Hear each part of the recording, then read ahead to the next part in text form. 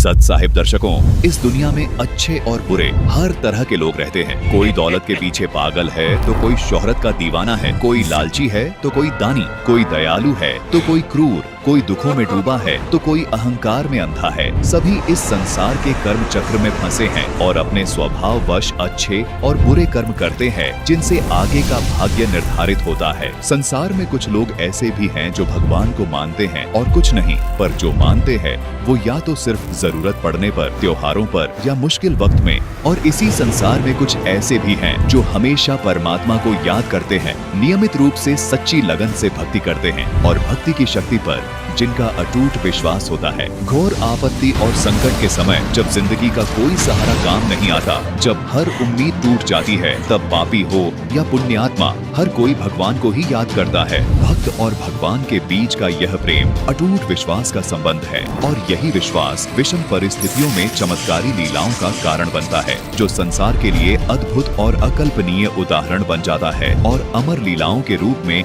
युगों युगों तक प्रेरणा का दिव्य स्रोत बन जाता है, जिससे हर युग में लोग ईश्वर पर अटूट विश्वास करने के लिए प्रेरित होते हैं। हर भक्त के जीवन में संकट का बुरा वक्त उसकी परीक्षा का समय होता है। उस कठिन समय में परमात्मा अपने भक्त की प्रतिक्रिया देखता है, उसे निरखता है, उसके विश्वास को परखता है और जब भक्त इस परीक्षा में खरा उतरता है, अपना सब कुछ उस परमात्मा पर न्यौछावर कर देता है, तब परमात्मा उसके लिए वो कर दिखाते हैं जो कोई सोच भी नहीं सकता। नुक्ते ऊपर रीझे गाए, करोड़ कर्म जल जा तुम्हारे। अपने उस प्यारे भक्त के लिए परमात्मा एक पल में ऐसे चमत्कार कर देता है जिसे देखकर सुर, नर, मुनि, गण, गंधर्व, ईश और संपूर्ण देवी देवता सहित सभी लोकों के प्राणी नतमस्तक हो जाते हैं। प्रहलाद जैसे सच्चे भक्त के लिए कभी खंभे को चीरकर नरसिंह रूप धारण किया, कभी भरी सभा में द्रौपदी की लाज बचाई और राम जी की सहायता कर रावण का वध करवाया, कभी अप्रत्यक्ष अदृश्य रूप से अपने भक्तों को मौत के मुंह से खींच जीवित कर लाते हैं। ये चमत्कार कोई पूर्व निर्धारित संयोग नहीं, बल्कि भगवान पर दृढ़ विश्वास और भक्ति की शक्ति का प्रतिफल है। आध्यात्मिक यात्रा का सबसे बड़ा रहस्य यही है कि जिसने इसे जान लिया, उसने मानो हर पड़ाव को पार कर लिया। यह कोई साधारण ज्ञान नहीं, बल्कि एक ऐसा अति सूक्ष्म और गहरा सत्य है जिसे समझने के लिए हमें उन दिव्य लीलाओं को देखना होगा जो युगों युगों से स्वयं परमात्मा इस धरती पर अपने भक्तों के लिए करते आ रहे हैं। दर्शकों, परमात्मा की लीलाएं तो अनंत हैं, लेकिन फिर भी हमारा यह निरंतर प्रयास रहेगा कि हम जितना संभव हो सके इन दिव्य लीलाओं को वीडियो के रूप में आप तक पहुंचाते रहें। हमारा मकसद आपको केवल जानकारी देना नहीं, बल्कि उस परमपिता की असीम शक्ति और उनके अटूट प्रेम से अवगत कराना है, ताकि हमारी आंखें खुले और हमें भक्ति की सही दिशा और संपूर्ण आध्यात्मिक लाभ प्राप्त हो सके। जो खुद को छुपाकर गुप्त रूप से लीला करता है और सदैव अपने भक्त की सहायता के लिए कोई न कोई नया वेश धारण कर लेते हैं, तो कभी भक्ति में आस्था बनाए रखने के लिए किसी व्यक्ति विशेष या इष्ट शक्ति के रूप में आकर लीला कर जाते हैं और उनकी महिमा बना जाते हैं। ये अनन्य रूप ऐसे है जैसे एक सूर्य की अनन्य किरणें, और हम भूलवश वास्तविक पूर्ण परमात्मा को भूलकर उन अनन्य रूपों में अटक कर रह जाते हैं, जबकि परमात्मा के ये सभी रूप उनकी असीम शक्ति की अलग अलग किरणें मात्र हैं। हम प्रकाश के मूल स्रोत सूर्य को छोड़कर उसकी अलग अलग किरणों में ही उलझ कर रह जाते हैं। लेकिन जब हम इन रूपों से ऊपर उठकर इनके मूल स्रोत यानी उस एक पूर्ण परमात्मा को पहचान लेते हैं, तब हमें वास्तविकता का ज्ञान होता है कि सभी रूपों और लीलाओं का सार एक ही है और सच्ची भक्ति सिर्फ उसी एक पूर्ण ब्रह्म कबीर परमात्मा की करनी चाहिए, जिसकी परम सत्ता सबके ऊपर है, वही सबका मूल है और वही सबका जनक।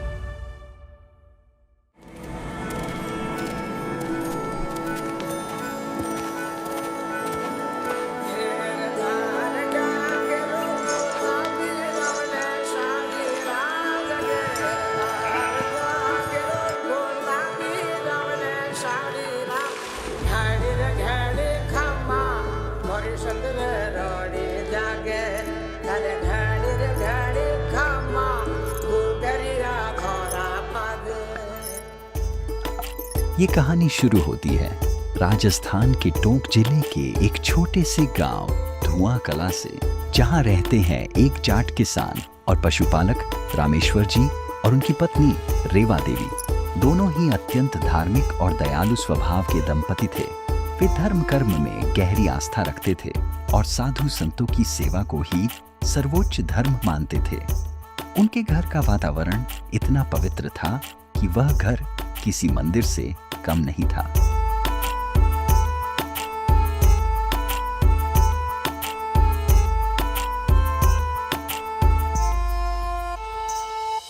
श्रीशालिग्रामस्तोत्रं विनियोगः। ॐ अस्य श्रीशालिग्रामस्तोत्रमन्त्रस्य श्रीभगवान् ऋषिः नारायणो देवता अनुष्टुप् छन्दः श्रीशालिग्रामस्तोत्रमन्त्रजपे विनियोगः।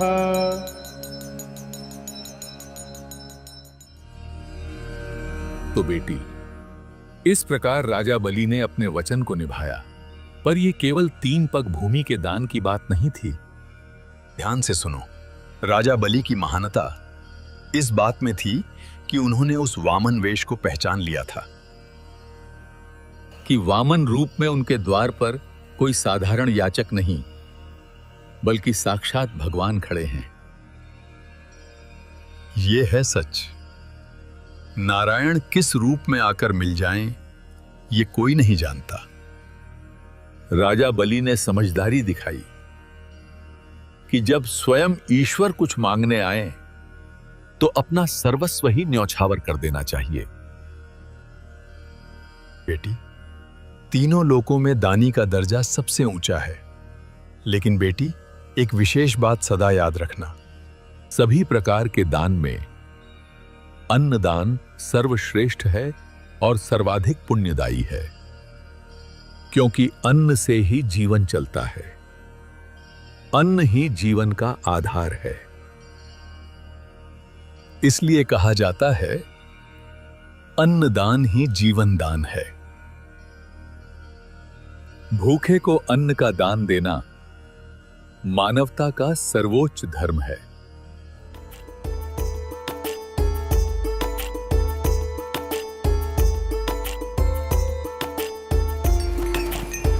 महीने दिनों की तरह बीतते गए और भगवान की कृपा से रामेश्वर और रेवा देवी के जीवन में वो शुभ दिन आया जब उन्हें पुत्र रत्न की प्राप्ति हुई। घर में खुशी का माहौल था।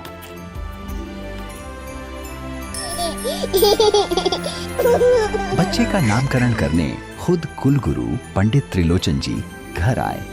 उन्होंने बच्चे की कुंडली देखी और नाम रखा धन्ना, यानी धनवान, परम सौभाग्यशाली। सिर्फ धन दौलत का ही नहीं, बल्कि सद्गुणों और समृद्धि का भी धनी। धन्ना बाकी बच्चों से अलग था। जब गांव के बच्चे मिट्टी के खिलौने बनाते थे, धन्ना अपने छोटे छोटे हाथों से माता पिता के पैर दबाता या घर आए साधु संतों की सेवा करता। उस नन्हे बालक के सद्गुणों को देखकर ऐसा लगता था जैसे ये गुण उसके अपने पिछले जन्मों के शुभ आचरण का प्रभाव थे। उसकी विनम्रता और निर्मल सेवा भाव देखकर गांव में हर कोई बस एक ही बात कहता था, इस युग में धन्ना जैसा संस्कारी बालक मिलना बहुत दुर्लभ है। जब कुलगुरु त्रिलोचन नाथ रामेश्वर जी के घर आए तो 5 वर्ष के बालक धन्ना ने देखा कि आसपास के लोग भी उनके दर्शन को आने लगे और उनके आगमन से ही सभी उनकी सेवा में लग गए। सभी त्रिलोचन नाथ का विशेष आदर सत्कार कर रहे थे। त्रिलोचन नाथ जी ने भगवान की कथा सुनाई, जिसे सभी ध्यान पूर्वक सुन रहे थे। उनकी हर बात को धन्ना भी ध्यान पूर्वक सुन रहा था। कहानियों में वह भगवान की कल्पना करता, उनकी बाल लीलाओं को महसूस करता और कथा में ही उनके दिव्य रूप में खो जाता। कुलगुरु त्रिलोचन नाथ से धन्ना बहुत प्रभावित हुआ और उनकी हर क्रिया को ध्यान पूर्वक निरखने लगा। अगली सुबह धन्ना भी समय से स्नान करके कुलगुरु के पास गया और दूर बैठकर उनकी पूजा को ध्यान पूर्वक देखने लगा। गुरु ने बड़ी श्रद्धा से ठाकुर जी की मूर्ति को पंचामृत से स्नान कराया। जब दूध, दही, शहद और घी की धारा मूर्ति पर पड़ती तो धन्ना को मूर्ति के इस दिव्य अभिषेक को देखकर बहुत खुश होता और उसे देखकर असीम आनंद मिलता। त्रिलोचन नाथ जी ने फिर ठाकुर जी की मूर्ति को साफ वस्त्र पहनाए, माथे पर चंदन का तिलक लगाया और गले में माला पहनाई। धन्ना प्रतिदिन इसी प्रकार मंत्र मुग्ध होकर यह सब देखता रहा। पूजा की यह संपूर्ण विधि धन्ना के मन को बहुत अच्छी लगने लगी और नन्हा बालक धन्ना इससे बहुत प्रभावित हुआ। देखते ही देखते समय कैसे बीत गया पता ही नहीं चला। आज वह घड़ी आ गई थी जब पंडित त्रिलोचन नाथ जी को अपनी आगे की यात्रा के लिए निकलना था। उन्होंने भारी मन से धन्ना के पूरे परिवार से विदा लेने की इच्छा व्यक्त की। जैसे ही पंडित जी के जाने की बात धन्ना को पता चली, धन्ना बहुत दुखी हो गया। वह रोने लगा।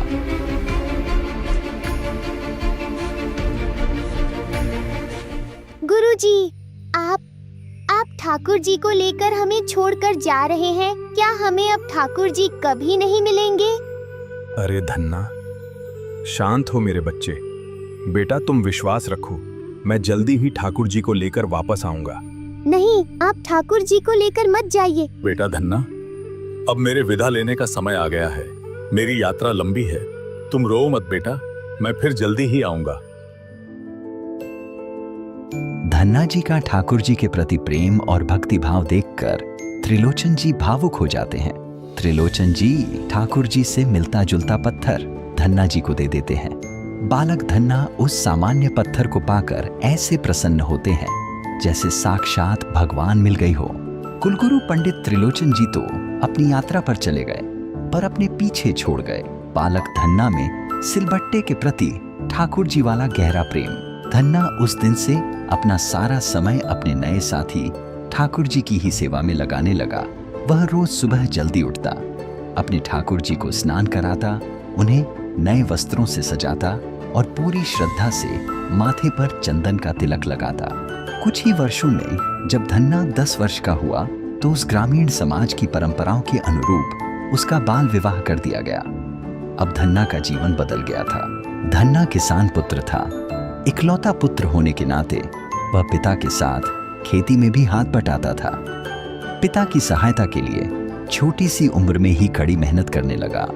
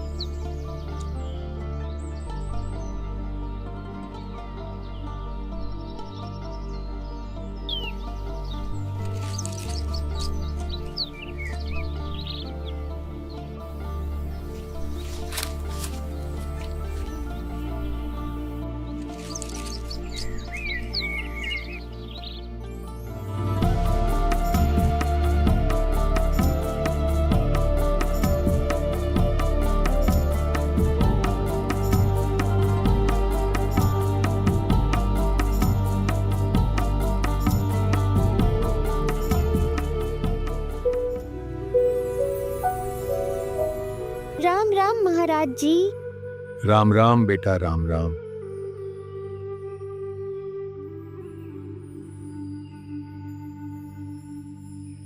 बेटा, मैंने एक मतीरा देखा जो बहुत मोटा और अच्छा है, वो मुझे खिला दे। महात्मा जी, यह तो मैं आपको नहीं खिला सकता। यह तो मैंने अपने भगवान श्री कृष्ण जी के लिए संभाल कर रखा है।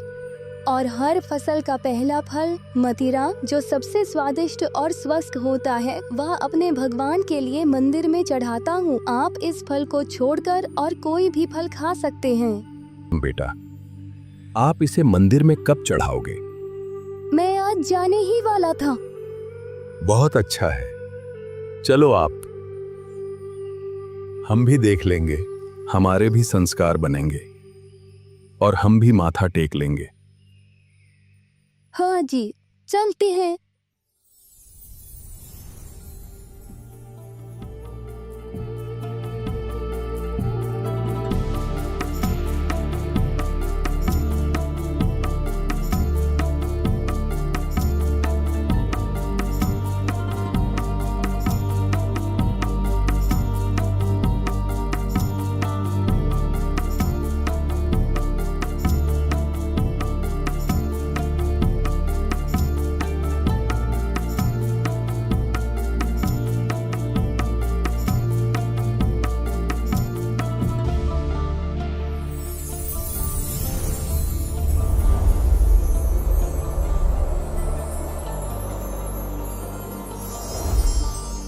धन्ना भक्त, परमात्मा तो तेरे साथ आया है। इस मतीरे को कहां लेकर आया मेरे पास।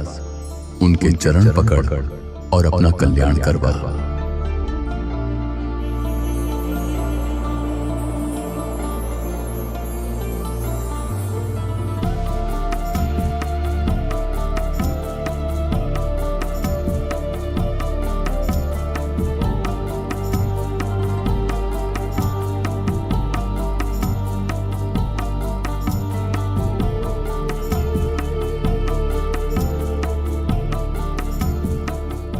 यह अद्भुत लीला दिखाने के बाद परमात्मा बालक धन्ना को एकांत में ले जाकर ज्ञान समझाने लगे।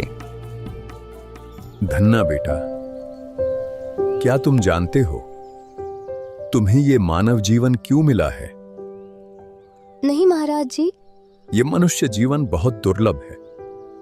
प्रत्येक जीव को ये मनुष्य जीवन भक्ति करने के लिए, शुभ कर्म करके मोक्ष प्राप्त करने के लिए मिलता है।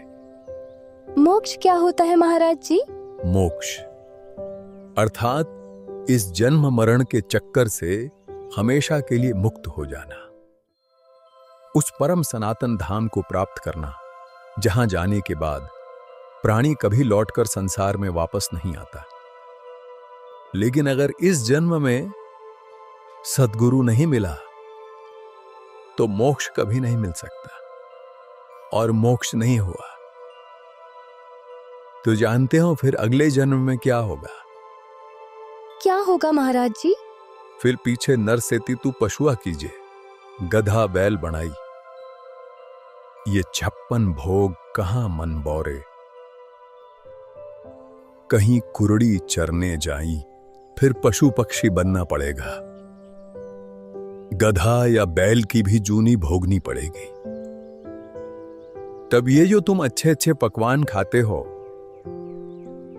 ये सब कहां मिलेंगे? तब तो कचरे के ढेर पे जाकर घास चरनी पड़ेगी। महाराज जी, क्या मुझे भी अगले जन्म में गधा बनना पड़ेगा? बेटा, अगर तुम नाम दीक्षा लेकर भक्ति करोगे और मेरे बताए रास्ते पर चलोगे तो ना तो तुम्हें गधा बनना पड़ेगा और ना ही अन्य पशु पक्षियों की योनि में जाना पड़ेगा। ये संसार जिसमें तुम रह रहे हो ये अच्छा नहीं है। सभी लोग यहां आंख बंद करके निश्चिंत बैठे हैं, पर उन्हें नहीं पता वे किस कसाई के लोक में रह रहे हैं। वे नहीं जानते इस संसार का मालिक कौन है। वो कौन है महाराज जी? इस लोक का मालिक है काल ब्रह्म, जिसने यह सर्व जाल बिछाया है। ये काल हर दिन 1 लाख मनुष्यों को खाता है। जितने भी प्राणी हैं, ये सभी आत्माएं इस काल कसाई के जाल में फंसे हुए हैं। काल ने हमें उलझाने के लिए दुनिया में बहुत सारे नकली पंथों और झूठे गुरुओं के जाल में उलझा रखा है। महाराज जी, मेरे पास तो सतगुरु नहीं है, तो क्या काल मुझे भी खाएगा? क्या हम इस काल के लोक से बाहर निकलकर सतलोक जाने का कोई रास्ता नहीं? क्या भगवान हमें काल से बचाने नहीं आएंगे? बेटा, पूर्ण परमात्मा बहुत दयालु हैं। खुद ही संत या सतगुरु का रूप लेकर आता है, वो अपनी प्यारी आत्माओं को काल के जाल से निकालने के लिए ऊपर के लोक सतलोक से चलकर खुद नीचे आते हैं। वेद भी कहते हैं कि पूर्ण परमात्मा आकर अच्छी आत्माओं से मिलते हैं, उन्हें सत भक्ति का रास्ता दिखाते हैं। साधु संत या फकीर के रूप में कवियों की तरह अपने मुख से अमृतवाणी बोलते हैं, जिसे गूढ़ ज्ञान और तत्व ज्ञान कहते हैं। वो ज्ञान इतना गहरा होता है कि संसार का समस्त ज्ञान उस ज्ञान आगे फीका पड़ जाता है।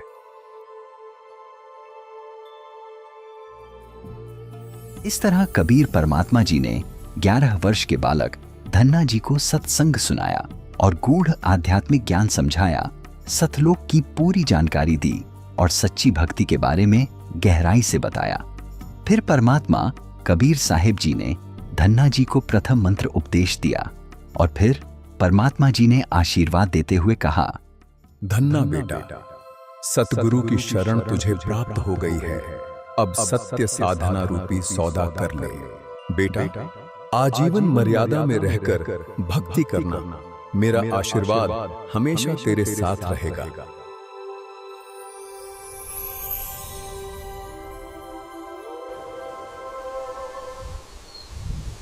हे प्रभु, हे भगवान, कहाँ चले गए आप अपने इस दास को छोड़कर?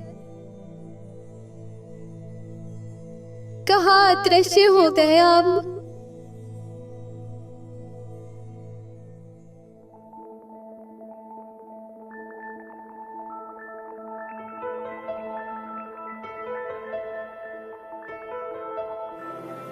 नारायणाय नमो नमः, वासुदेवाय नमो नमः।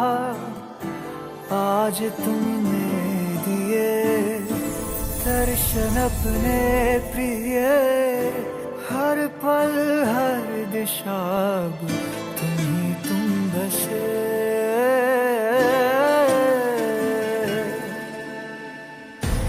अपनी सुध बुध में हारा, मेरा बस तू ही सहारा। तुझसे तुझको है चाह लिया,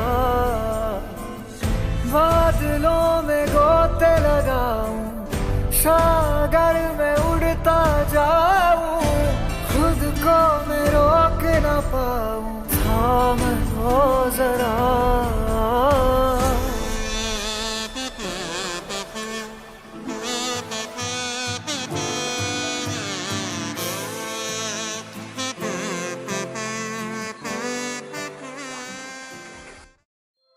साक्षात परमात्मा स्वयं प्रकट होकर धन्ना के पास आए और पहली बार परमात्मा ने उससे कुछ मांगा। भगवान ने स्वयं खाने के लिए उस सिर्फ एक मतीरा मांगा था, वो भी उसने परमात्मा को देने से मना कर दिया। धन्ना रह रह कर याद करता और उसका हृदय आत्मग्लानि से तार तार हो जाता कि वो परमात्मा की सेवा का अवसर चूक गया, समय पर परमात्मा को पहचान न सका और तब उनके मांगने पर भी उन्हें मतीरा न दिया। उस दिन के बाद धन्ना हर साधु संत में परमात्मा को ढूंढता। जो भी साधु संत धन्ना को मिलते, धन्ना उनको सब कुछ न्योछावर कर देता। ऐसे वर्ष बीतते गए और धन्ना युवा हो गया।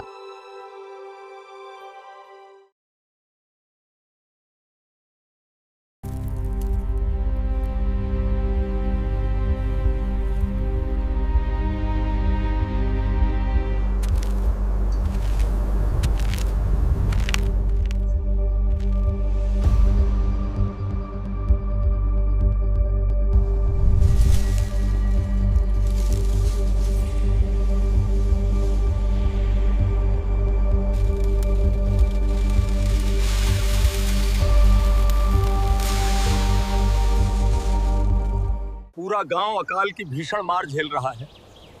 पूरे गांव पर ऐसी विपदा आन पड़ी है कि इसका कहीं कोई समाधान दिखाई नहीं पड़ता।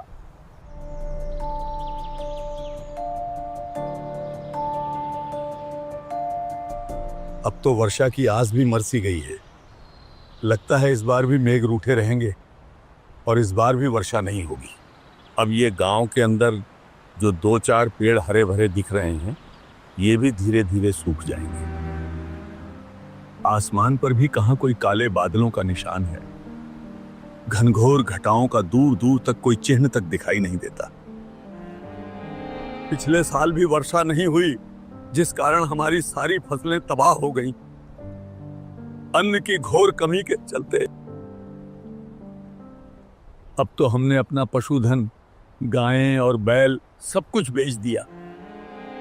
और यदि इस बार भी इंद्रदेव ने वर्षा न की तो खेती होना असंभव है। पूरा गांव भूखा मरेगा और ये अकाल सबका साक्षात काल बन जाएगा। लगता है हमारा राम रूठ गया है। पता नहीं हमसे ऐसी कौन सी भूल हुई है जिससे राम रूठ गया और सभी को अकाल की सजा मिल रही है। राम तो रूठना ही था, दया धर्म सब खत्म हो रहा है। गांव भूखे राहगीर और साधु संतों को कोई पानी तक भी नहीं देता। अतिथि सत्कार की कमी ही विपदा का कारण है।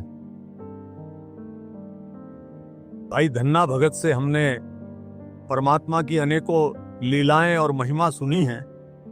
वो भी यही बताता है, दया धर्म का मूल है। जहां दया नहीं वहां धर्म नहीं, और जहां धर्म नहीं वहां राम कैसे राजी होगा। सत्य कहा।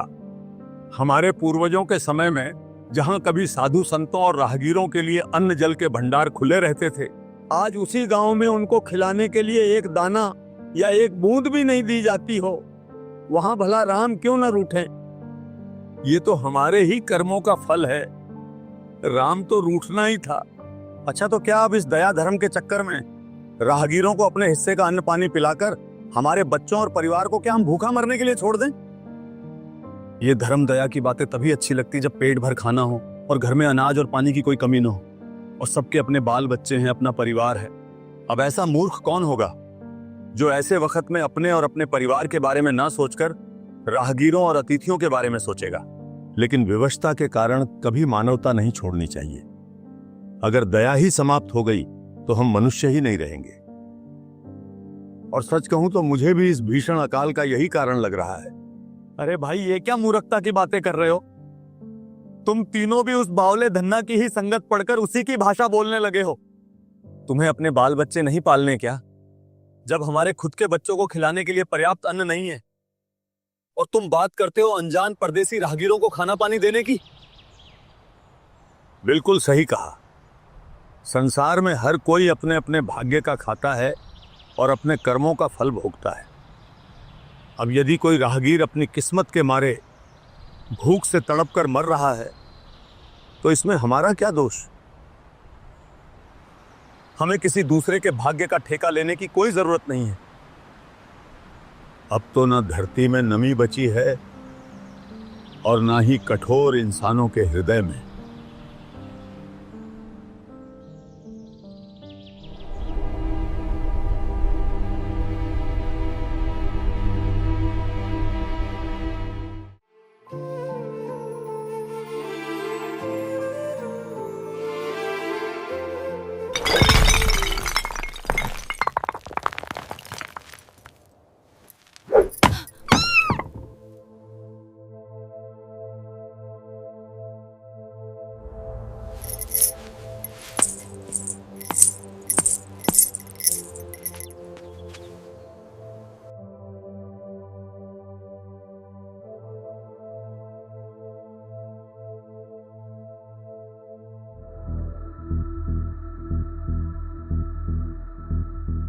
अरे साधु महाराज, आज तुम्हारा भजन खत्म होगा या नहीं?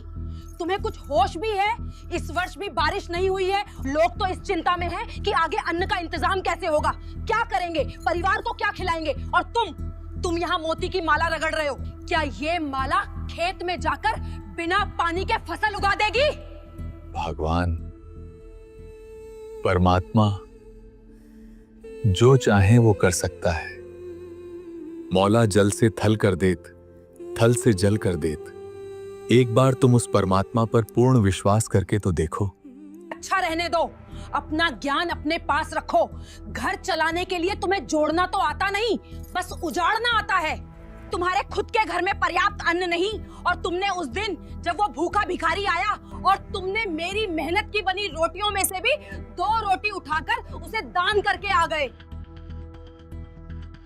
तुम तो मुझे और मेरे बच्चों को भूखा मार दोगे। तुम्हारी ये दानवीरता हमें एक दिन कंगाल बनाकर रख देगी। दान धर्म से कभी किसी का कुछ नहीं घटता भगवान। धर्म से ही तो कर्म बनते हैं और धर्म से ही सबका पेट भरता है। तुम्हारा धर्म तुम्हारे पेट में जाता है क्या?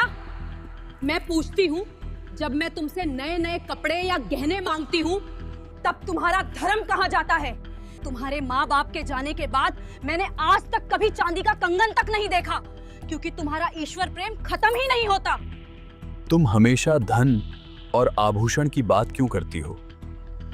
शांति से क्यों नहीं रहती? तुम अपना बचा हुआ धन भी साधु संतों में बांट देते हो। मेरे लिए तुम्हारे पास कुछ नहीं बचता। बताओ, कभी कोई गहना बनवा कर दिया है तुमने मुझे? मेरे और मेरे बच्चों के लिए तुम्हारे पास है ही क्या?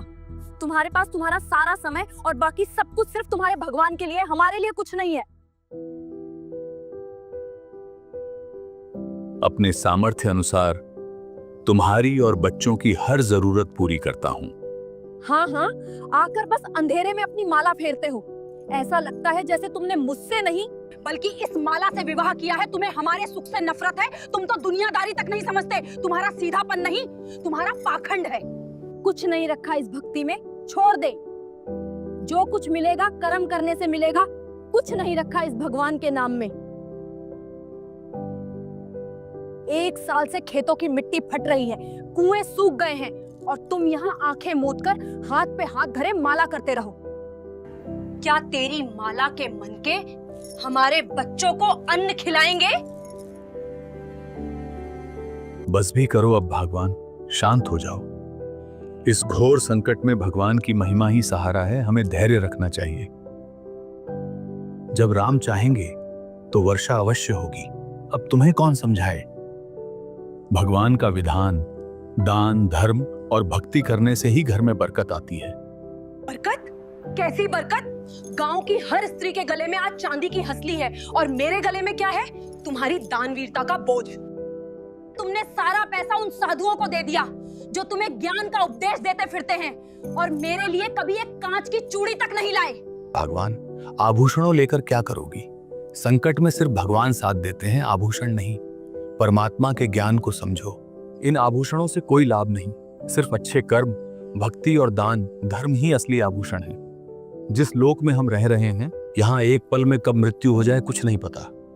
ये आभूषण, ये कपड़े, घर परिवार यही धरे के धरे रह जाएंगे।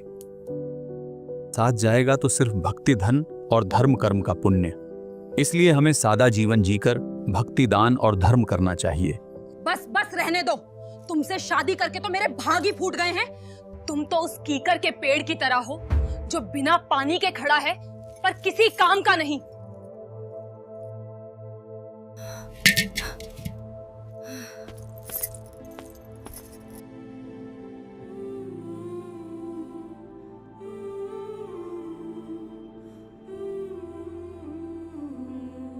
सुनो, मैं पानी लेने जा रही हूँ, और मेरे जाते ही अगर किसी को अन्न का एक दाना भी दान किया तो मुझसे बुरा कोई नहीं होगा। फिर मैं तुम्हें बताऊंगी कि भूखे पेट माला कैसे फेरी जाती है।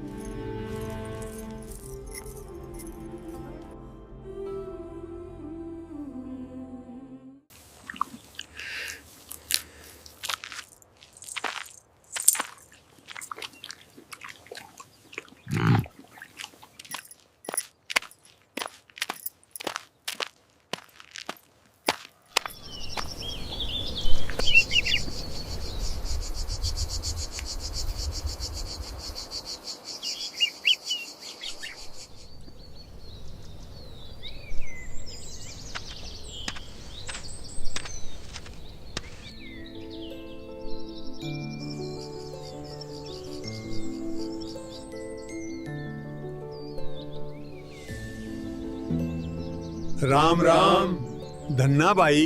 राम राम। राम राम भाई, राम राम। आओ बैठो।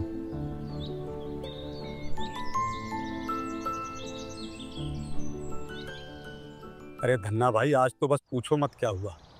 अब तो ऐसा समय आ गया कि बस सिर्फ कुछ वरिष्ठ बुजुर्गों को छोड़कर सब में इंसानियत मर ही गई है।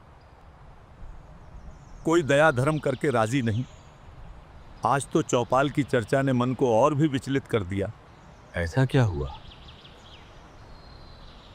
आज चौपाल में चर्चा चली, फिर क्या इस वाद विवाद और इस गंभीर समस्या का किसी ने समाधान नहीं किया? हाँ धन्ना, समाधान तो किया। अंत में गांव के वरिष्ठ बुजुर्गों ने बात को संभाला और एक फैसला सुनाया।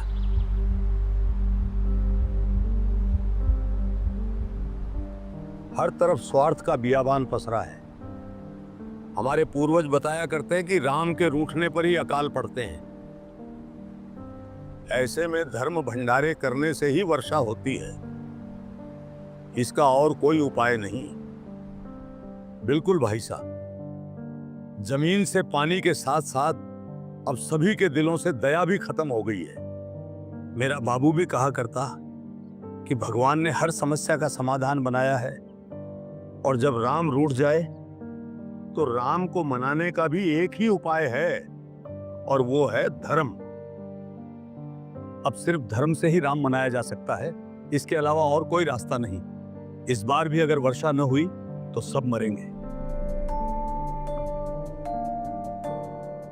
एक काम करो, सभी पूरा गांव मिलके हर घर से एक या आधा पाव चावल और गुड़ इकट्ठा करके मीठे चावल बनाओ, पूरे गांव को बुलाकर भंडारा खिलाओ। इस धर्म भंडारे से भगवान खुश होंगे और वर्षा होगी।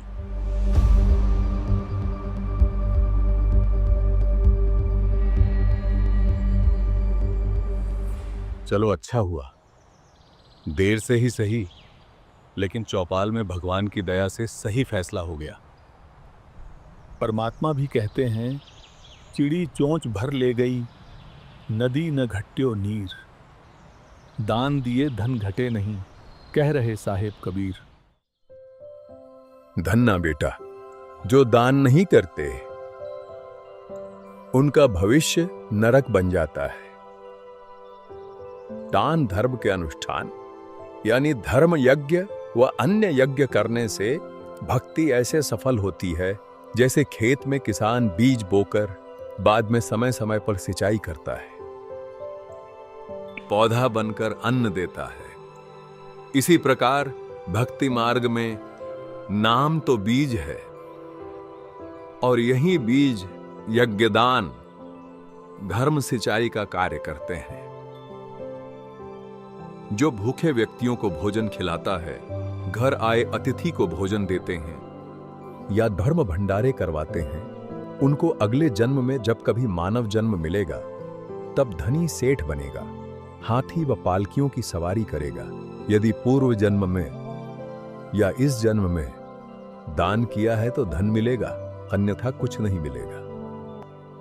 दान धर्म की शक्ति इतनी प्रबल है कि बलि राजा ने 100 यज्ञ की थी, परमात्मा 52 रूप धारण करके आए थे। यह धर्म का प्रभाव था कि परमात्मा को स्वयं आना पड़ा। बेटा धन्ना, आप मनुष्य शरीर प्राप्त करके इस पृथ्वी लोक पर जन्मे हो। मनुष्य जन्म बहुत ही दुर्लभ है। आपका यह शरीर, धन, घर परिवार सब अस्थाई है। आपको मानव जन्म भक्ति तथा शुभ कर्म दान धर्म करने के लिए मिला है। धन्ना भाई साहब, क्या आनंद आता है तुम्हारे साथ बैठकर परमात्मा की चर्चा सुनकर। सच कहूं तो ऐसा लगता है बस यहीं बैठे रहें और सुनते ही रहें। अरे भाइयों, हम चाहे जितना भी संतोष कर लें, पर यह जान लो कि हमारे गांव की यह स्थिति अब ज्यादा समय ठीक नहीं रह सकती। कब ये अकाल हमारा मृत्यु काल बन जाए, कुछ कहा नहीं जा सकता। जरा दूर दराज के इलाकों से आई खबरों पर भी ध्यान दे लो, जहां अकाल ने नहीं साक्षात काल ने तांडव मचाया है। सुना तो मैंने भी बहुत कुछ है कि बहुत बदतर हालत है। बड़े बड़े जमींदार भी दाने दाने को मोहताज हो रहे हैं, अन्न का एक दाना नहीं बचा। लोगों ने घास भी तोड़ तोड़ के खा ली, झाड़ झंखार कूट कूट के खाए, अब कहीं कोई कीकर या झाड़ियों तक का भी नामो निशान नहीं रहा। हाँ बिल्कुल, ये बहुत गहराई से सोचने वाली बात है। वे भी दुखी हैं जो नहीं करते, वे भी, चाहे कोई कितने ही देवी देवताओं, तीर्थों, मंदिरों को पूजता हो, व्रत रखता हो, कितनी ही भक्ति करता हो, कोई भी देवी देवता या कोई भी भगवान किसी की रक्षा क्यों नहीं करते? सच कहूं तो यही तो आंख खोलने वाली विडंबना है। देख, हम ठहरे किसान, ये तो हम सभी जानते हैं कि बीज अगर सही हो और उसे सही विधि से बोया जाए तभी फसल मिलती है। हाँ भाई, लेकिन मित्रों, बस अब इस चर्चा को यहीं विराम दो। तुम्हारी भाभीसा के आने का समय हो चुका है। मैं ये बिल्कुल नहीं चाहता कि हमारी इस ज्ञान चर्चा और परमात्मा के सत्संग के कारण तुम जैसे शुद्ध हृदय वाले मित्रों को मुझ निर्भाग कारण मेरी पत्नी से कटुर वचन सुनना पड़े और या कलह का सामना करना पड़े। बाकी चर्चा कल उसी आनंद से करेंगे। भाभी साहब, फिर तो हमें तुरंत चलना चाहिए। अगर हमें यहां बैठे हुए देख लिया तो कहीं उनके क्रोध भरे ज्ञान नेत्र न खुल जाए, फिर तो प्रलय ही आ जाएगी। बाकी चर्चा अब कल करेंगे। चल विजयपाल।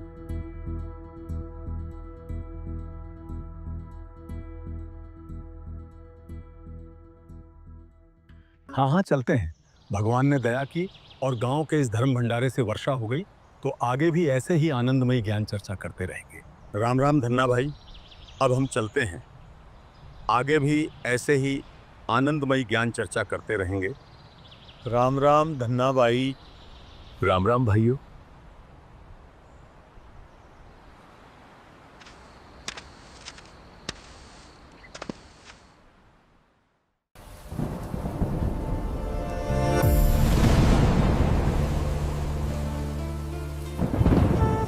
इतने समय बाद वर्षा हुई और धरती पर फिर से हरियाली लौट आई।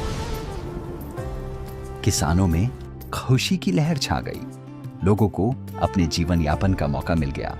इस बार किसानों को बीज बोने का अवसर मिला, और सिर्फ बीज बोने का अवसर नहीं, ये तो मानो गांव सहित पूरे क्षेत्र को जीवन दान ही मिल गया।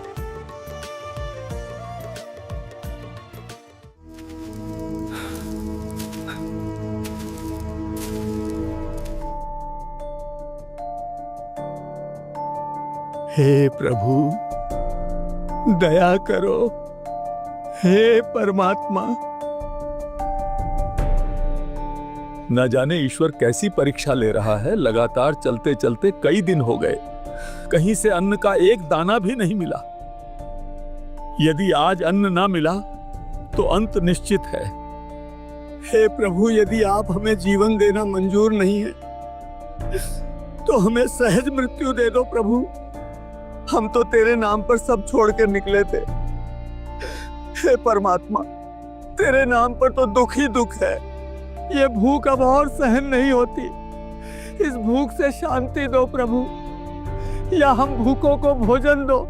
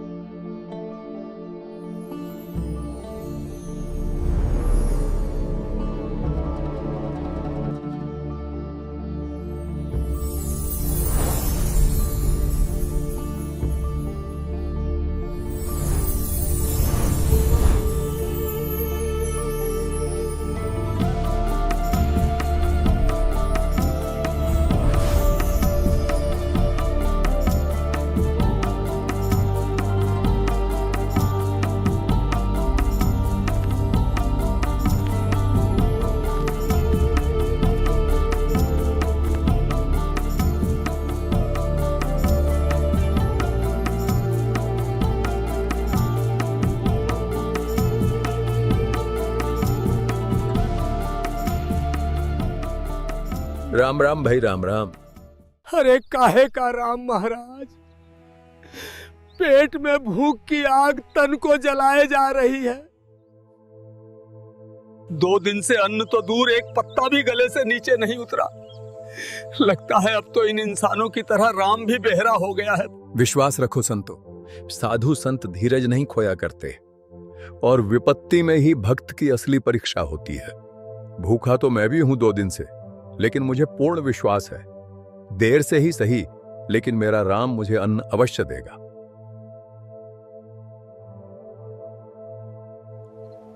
ये तो कठिन परीक्षा है महाराज। भाई परीक्षा कठिन तो है, लेकिन राम नाम रटते रहो जब तक घट में प्राण, कबहू तो दीनदयाल के भिनक पड़ेगी कान। भगवान के अलावा हमारा तो और कोई सहारा भी नहीं है संतो। इस परिस्थिति में अगर कोई मदद कर सकता है तो सिर्फ वो आदि राम ही कर सकता है। उस राम का नाम रटते चलते हैं, क्या पता वो कब पुकार सुन ले और किसी को मदद के लिए भेज दे।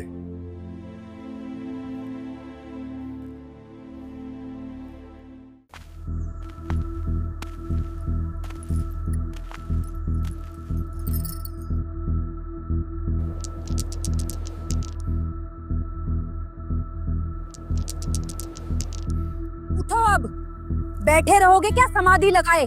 ये माला छोड़ो, उठो और ज्वार खेत में बीज कर आओ। दुनिया हल लेके खेत जोतने चली गई, पूरा गांव अपने खेतों में बीज बोने गया है और यहाँ तुम्हारी पूजा पार्टी खत्म नहीं होती। जब देखो तब सुबह सुबह से ही माला लेकर बैठ जाते हो। घर में खाने के लाले पड़े हुए हैं, लेकिन तुम्हें तो बस पुण्य कमाने की चिंता रहती है, अपनी पत्नी और बच्चों की कोई चिंता नहीं है। तुम्हें तो सिर्फ अपने दान धर्म और पूजा पाठ से मतलब है। तुम्हारा ये दान धर्म हमें भूखा मार देगा, कंगाल बना के छोड़ेगा। तुम्हें तो ना घर दिखता है ना बच्चे। अच्छा ठीक है भगवान, जाता हूं।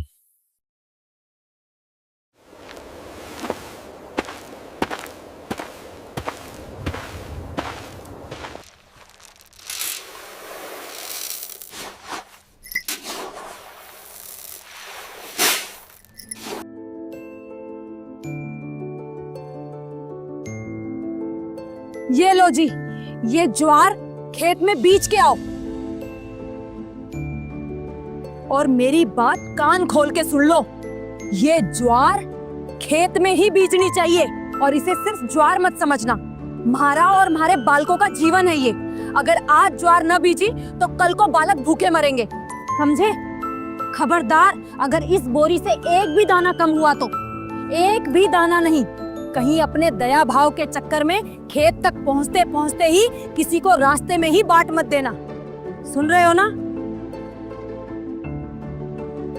मेरी बात अच्छे से गांठ बांध लेना।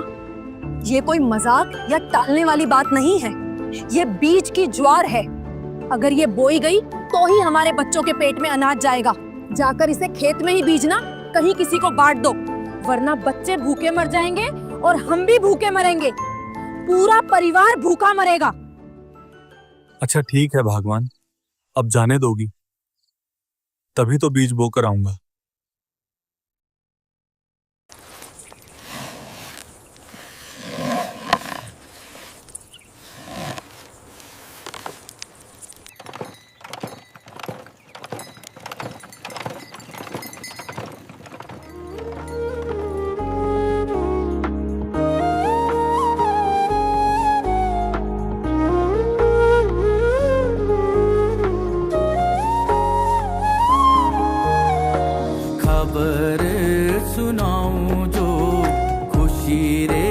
बताऊं जो आज मेरे पिया घर आएंगे, आज मेरे पिया घर आएंगे।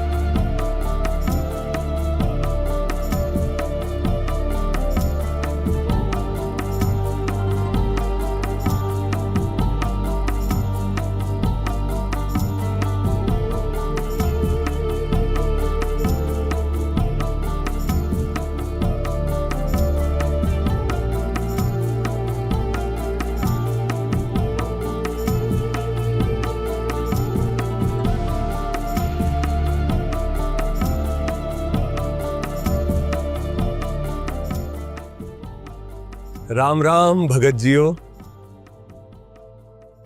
भाई 3 दिन हो गए, हमें कुछ भी खाने को नहीं मिला। हम तो मर रहे हैं भूखे। हमें इस राजस्थान में कोई पानी पिलाने वाला भी नहीं मिला। रोटी तो बहुत दूर की बात है। कहां से आए हैं भगत जी और कहां जाएं? अरे महाराज,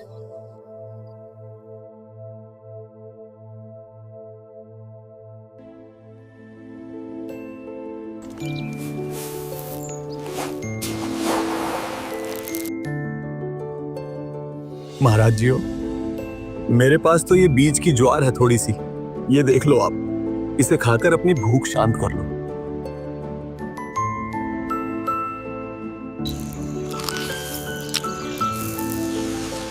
बेटा, मैंने एक मतीरा देखा जो बहुत मोटा और अच्छा है, वो मुझे खिला दे।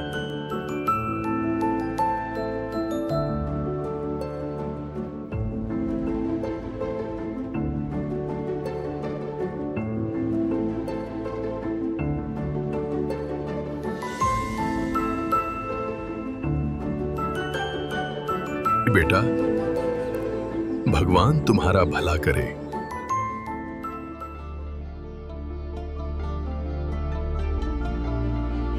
बीज बोने आया था सो बीज बो दिए परमात्मा जी।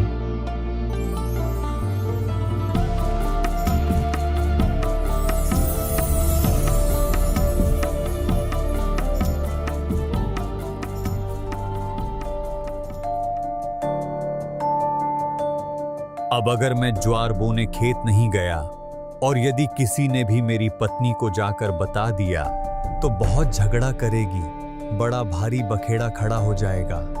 क्या करूं अब?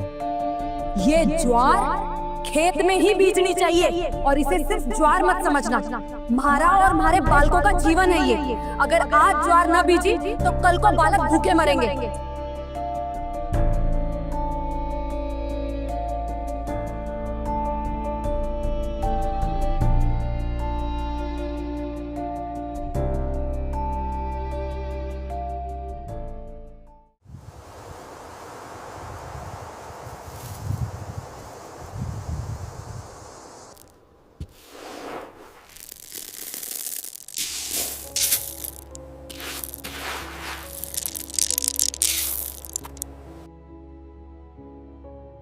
धन्ना ने कंकर इकट्ठे किए और ज्वार के बीज वाली खाली थैली में भर लिए। फिर बैलगाड़ी लेकर वह खेत की ओर चल पड़ा।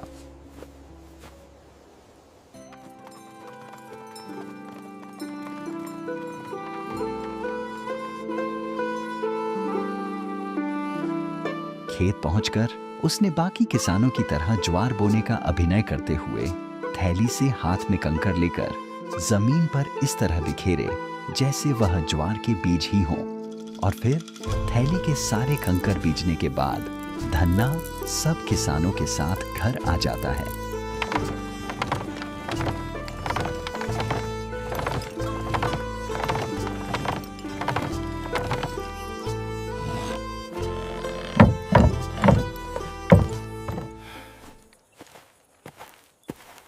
बो दी ज्वार। हाँ, बो आया भगवान।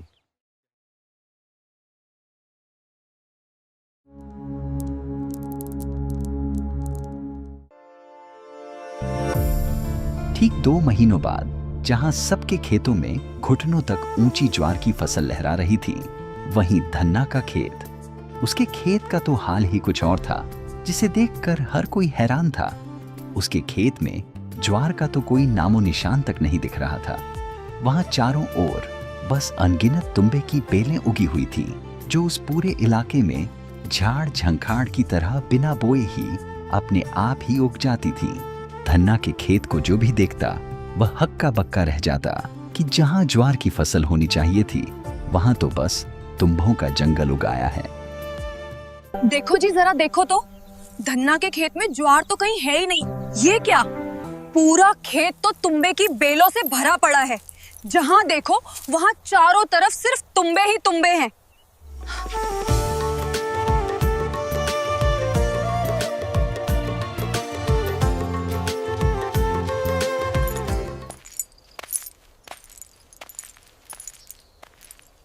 अरे भाभी साहब, आपने अपने खेत में ज्वार नहीं बोई थी क्या?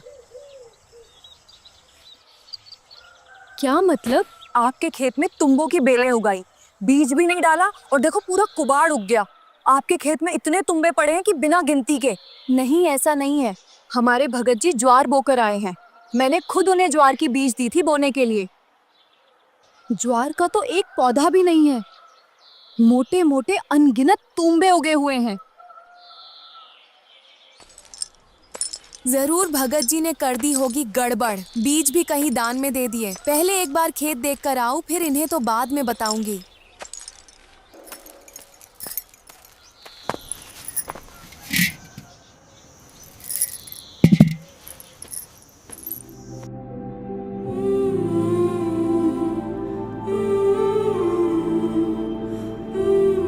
सुनो भगत जी, मैं खेत जाकर आती हूँ, ज्वार देखकर आऊंगी।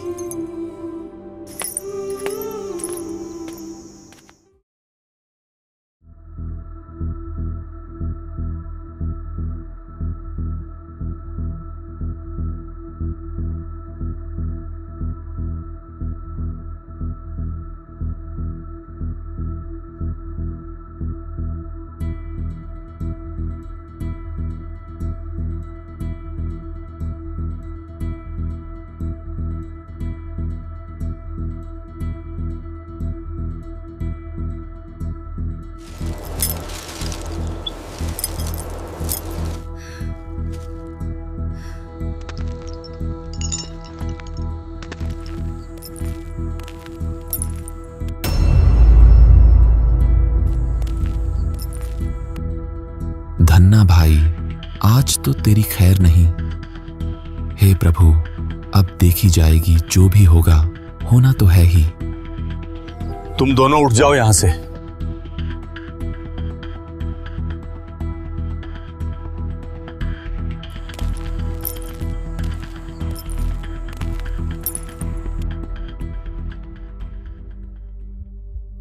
आपने खेत में बीज की ज्वार बोई थी? खेत में ज्वार का तो एक पौधा भी नहीं है, तुंबे उग गए बिना गिनती के। तुम बीज कहां नाश करके आए हो? ये बालक तुम्हें खाएंगे क्या?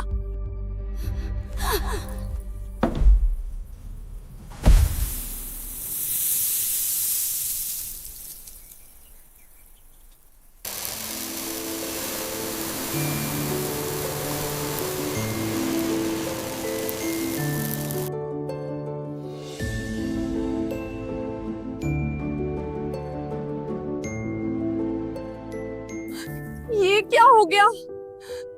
तुंबे में ज्वार? ये ज्वार कहां से आ गई इसमें? भगवान, मुझे नहीं पता ये ज्वार कहां से आई और ये क्या सौदा है। इसमें ज्वार है तो फिर तो अन्य तुंबों में भी ज्वार हो सकती है।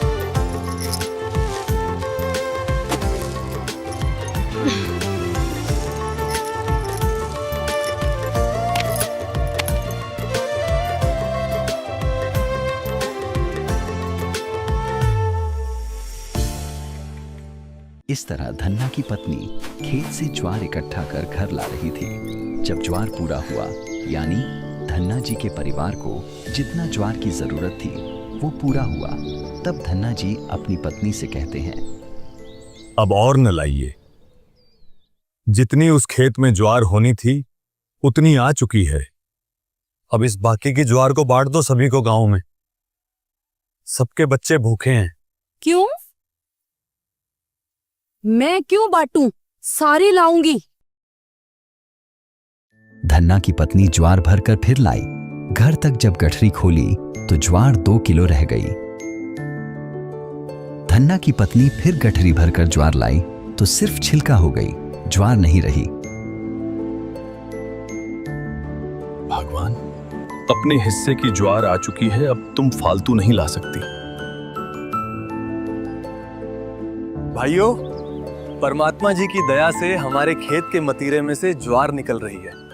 और हमें जितना चाहिए था उतना हमने रख लिया है। और भाई, परमात्मा जी ने ज्वार बाकी आप सभी के लिए दी है, तो अपने अपने परिवार के लिए जितनी जरूरत है उतना उतना ले जाओ।